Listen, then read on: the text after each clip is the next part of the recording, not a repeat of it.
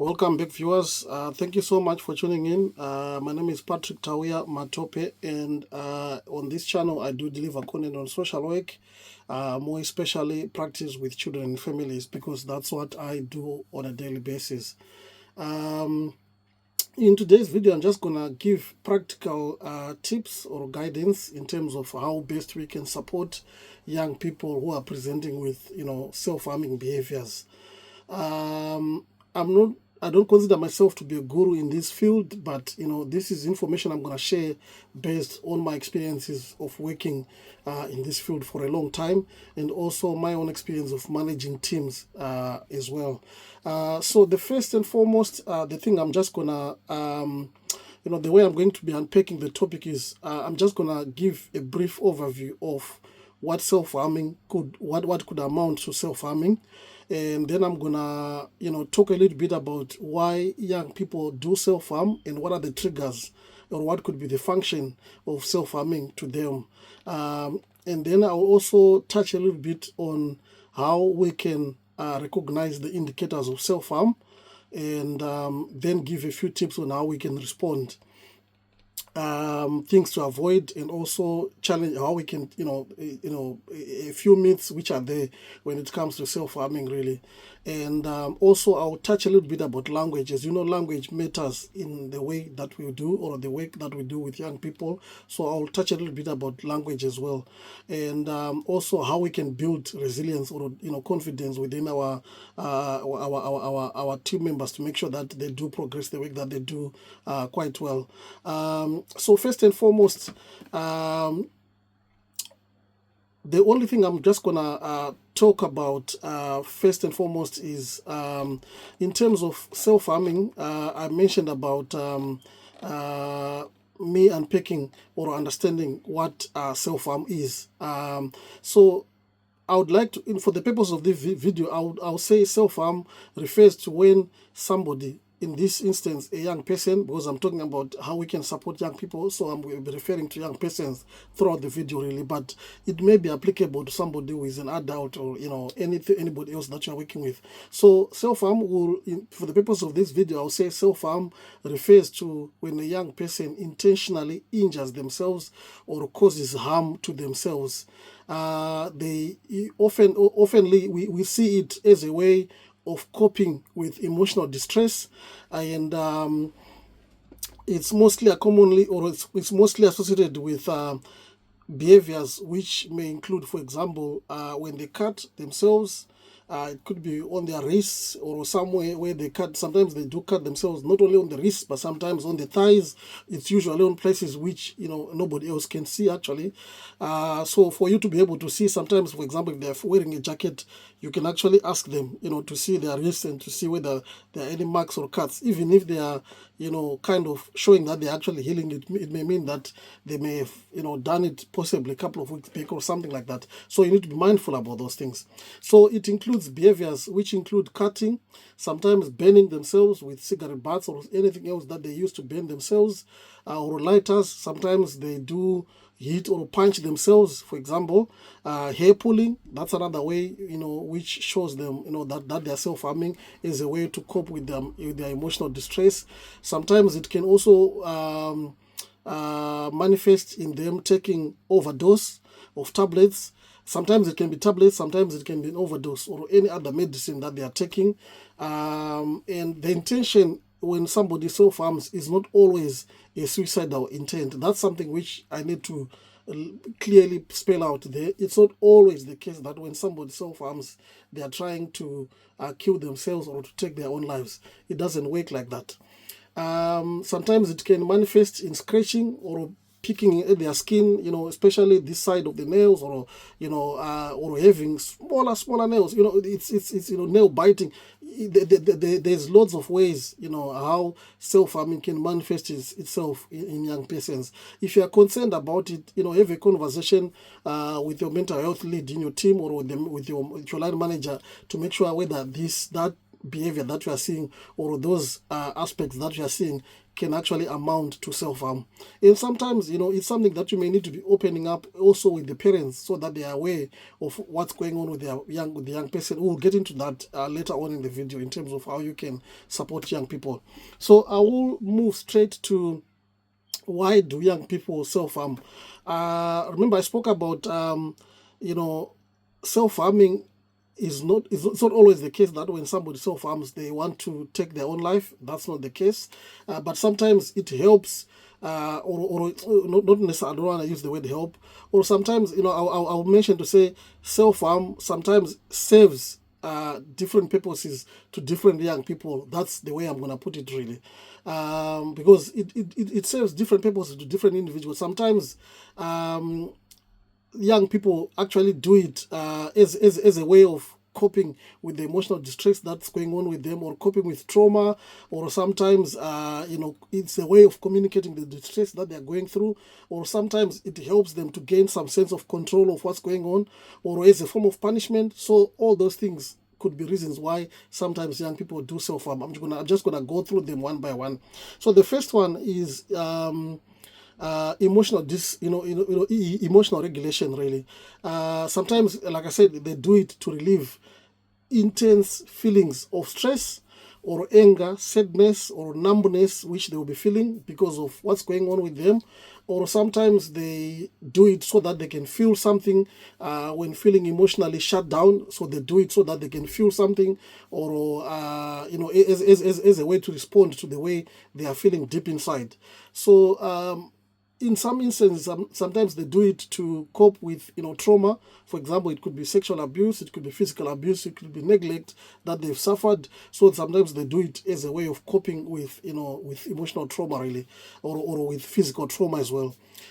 And we also need to think about issues that young people do go through. For example, bullying at school, or sometimes racism in the community or in the society that they live in, or sometimes they might be going through identity crisis, or they are having issues to do with their own identity, whether they want to identify as gay, for example. So they may go through these stages, for example. I also mentioned about it being a way of communicating distress. How does this happen? Sometimes when young people do struggle to express their feelings verbally, they may be able to express them, in a physical sense. It could be sometimes, so self-harm is just one way of how they can, communicate that distress. Some communicate through self-harm, some communicate through violence towards others. That's their way of communicating this distress that's going on for them. So we need to be mindful that self-harm can also be one way of young people communicating distress about what they are going through at any given point. Another reason, why they do self-harm could be, them gaining a sense of control in terms of what they are going through. For example, in a chaotic environment, when they feel powerless about what's going on, for example, if a young person is going through sexual abuse or physical abuse, when they feel powerless about what's going on, they can't stop it. Sometimes they do communicate through self-harm. So we need to be mindful about that. Sometimes self-harm, when it's something which will manifest, but it tells us a bigger story than what we are seeing. That's what I'm trying to say there. It tells us a bigger story than what we are actually seeing. When you see a young person self-harming, it doesn't necessarily mean that they just like to take a razor blade or take whatever they are, using, and cut themselves or do whatever they're doing. But it's telling us, it's giving us a bigger picture. You need to be finding out more about what's going on with their lives, why this is going on. So you might, it needs to be further unpegged, so to speak, really.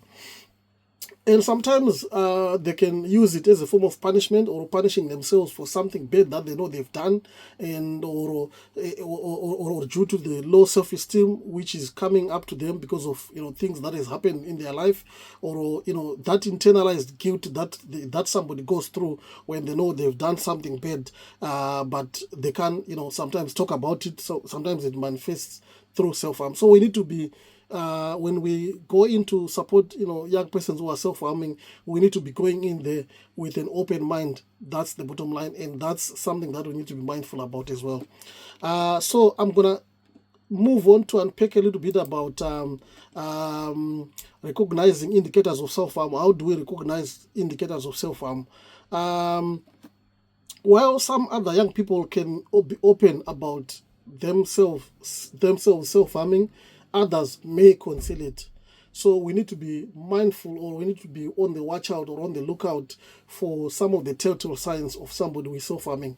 For example, unexplained cuts in places which are usually places where somebody self-harms. Usually the wrists, those are the main places where somebody self-harms. When you see unusual cuts, bruises, burns, especially on the arms, thighs, or sometimes on the abdomen, we need to be asking ourselves, or we need to be thinking about whether this young person is self-harming or not.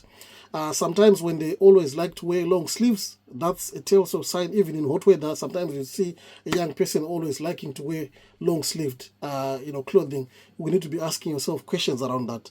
Or sometimes frequent accidents or injuries. Sometimes they can tell you exactly, you just see a child with, frequent injuries, young person with frequent injuries in places where, it's unexplainable. So you need to be digging deeper to find out what exactly is going on with that particular young person. And then the next thing is low mood, isolation, and withdrawal. These usually go hand in hand, so you need to be mindful about that. Sometimes there is evidence of sharp objects which are kept hidden, whether in their room or in their bag when they go to school, or in places that they keep their stuff. So you need to be mindful about that. Sometimes expressions of self-hate or feeling numb, or sometimes they can even open it up. They can talk about it, or they can talk it as a joke. They can talk about it as a joke. So it's something that you need to be mindful. Remember, they always say in every joke there's an element of reality. So you need to be thinking about that as well. So I'm just going to talk a little bit about the do's and the don'ts of how we can respond. First and foremost, you need to stay calm. You need to be grounded, because your reaction with this young person matters. The way you react matters with the young person. If you react in a heightened manner, you're just going to give them more anxiety and cause them to be more worried. So you need to stay calm, you need to be grounded, but you need to be, you don't need to be reassuring them to say, oh yeah, I've seen that, but I'm not going to talk about it with somebody else. Because remember, at the end of the day, it is a safeguarding issue, and it needs to be handled in that manner as well. So you need to be mindful about the fact that, or you need to be letting them know that you will have to talk about this with somebody else, in the quest for you to be accessing support for that particular young person. So you need to be mindful about that. Give them space to talk. Let them talk at their own pace, and don't rush them to be talking, and don't ask questions unnecessarily when they are opening up to talk to you. And you need to be reassuring them that you are there to listen and not to judge, but you're also there to seek support for them. Relevant support is required for them, to be back to where they were, before all these things started actually. And then the other thing you need to be mindful about is about acknowledging their feelings. Oh, that sounds really hard for you. It seems like you're going through quite a lot, and I'm really glad that you've managed to open up and talk about this to me. You're actually reassuring them that you're acknowledging their feelings, but you're also reassuring them that you are there to listen, and you are also there to support them.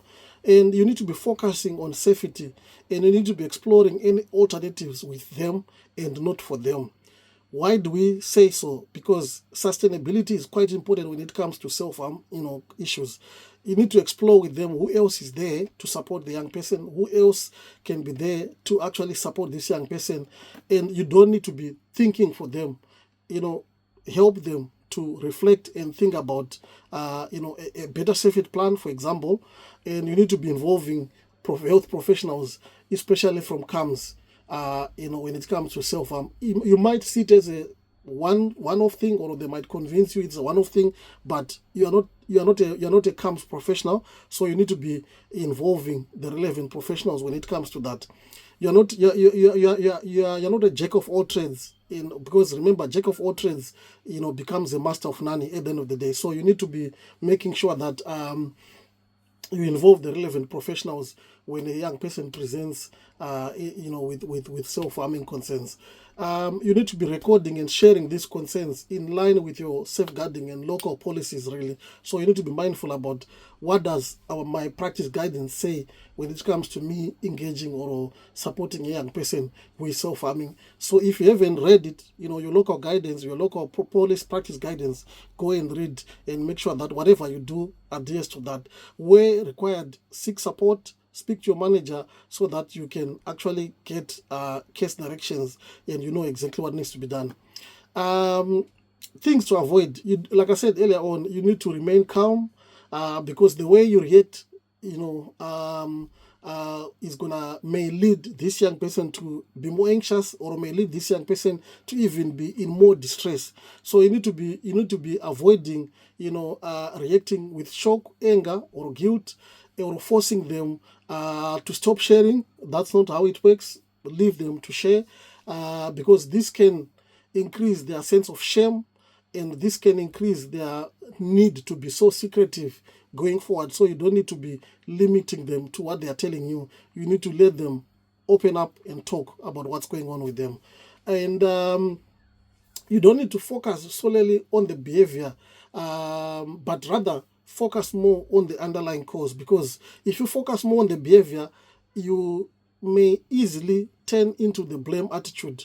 But if you focus more on the causal effect, you are able to seek support for them and actually make them reflect on some of the things that might be going on, which might be leading them to self-harm, which they may have never reflected on. So you need to be coming in a reflective mode as well. And there's no need for threatening them, or because obviously that breaks the trust that they have, or that may actually even make them not even want to open up more. So let's talk a little bit about the myths around self-harming. Sometimes there is a saying where people just say, oh, they are just doing it for attention. Whoever self-harms does it for attention. That's not the case. Even though young people do self-harm in secret, if someone is reaching out to you, it means they need the support. If someone is reaching out to you, it means they need the support. It's not always the case that they are doing it for attention. Obviously, they do it for, you can argue to say they're doing it for attention, but the bottom line is it's because they need the support. They need to be supported. So you need to be mindful about that. Another myth which is out there, which I need to dispel, is which says self-harm is always a suicide attempt. It's not always the case. Most self-harm is about managing life, and not ending it. So, however, the risk is higher where somebody is self-harming as compared to where somebody is not self-harming. The risk to commit suicide is higher for somebody who is self-harming. So it's not always the case that somebody who is self-harming is suicidal, because sometimes somebody is not even suicidal even though they are self-harming.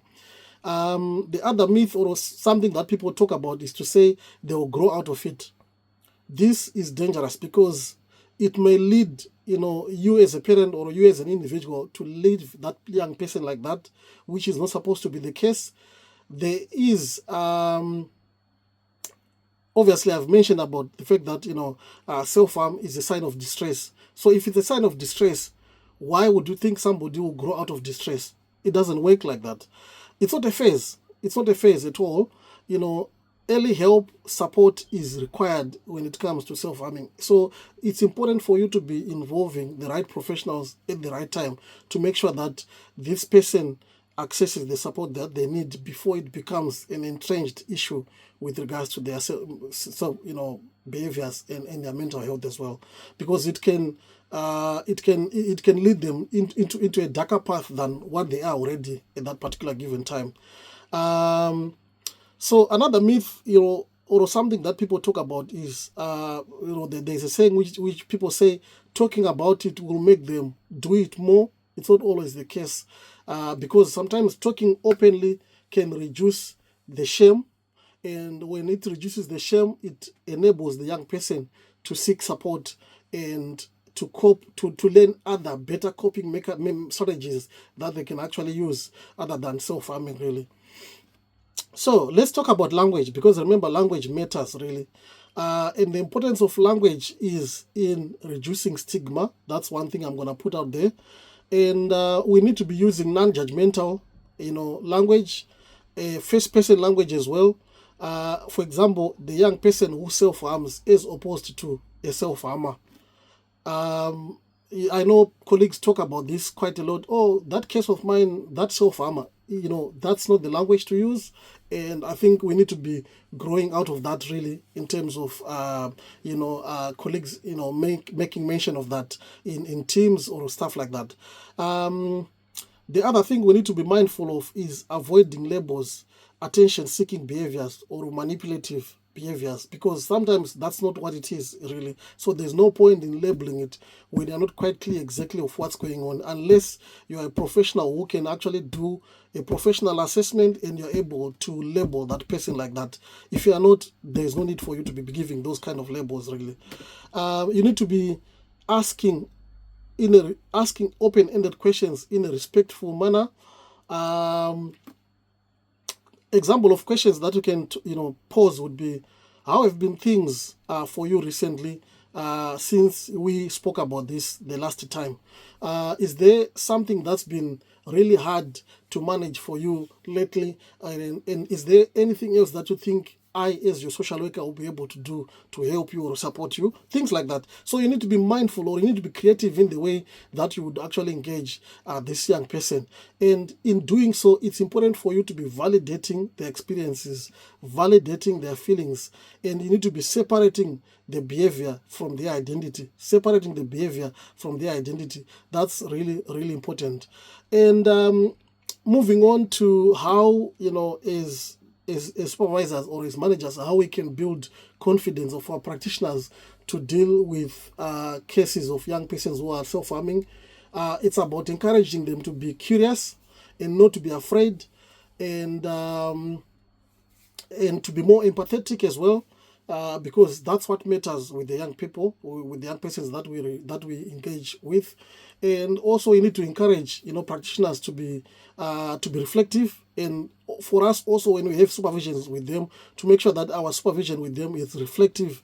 It enables them to process their own emotions of what's how they're dealing with what's going on, and also their own biases around self-harming, because as we are professionals, we come from different cultures. The way we see self-harming, the way we perceive self-harming might be different from the service user that you are working, or the young person that you are actually engaging. So it's about offering that opportunity for practitioners to reflect, and to also talk about their own biases and how it is influencing the way they are responding or the way they are supporting this young person really. And if there's need for us to think about co-allocating a case, that's something that we need to be thinking about as well.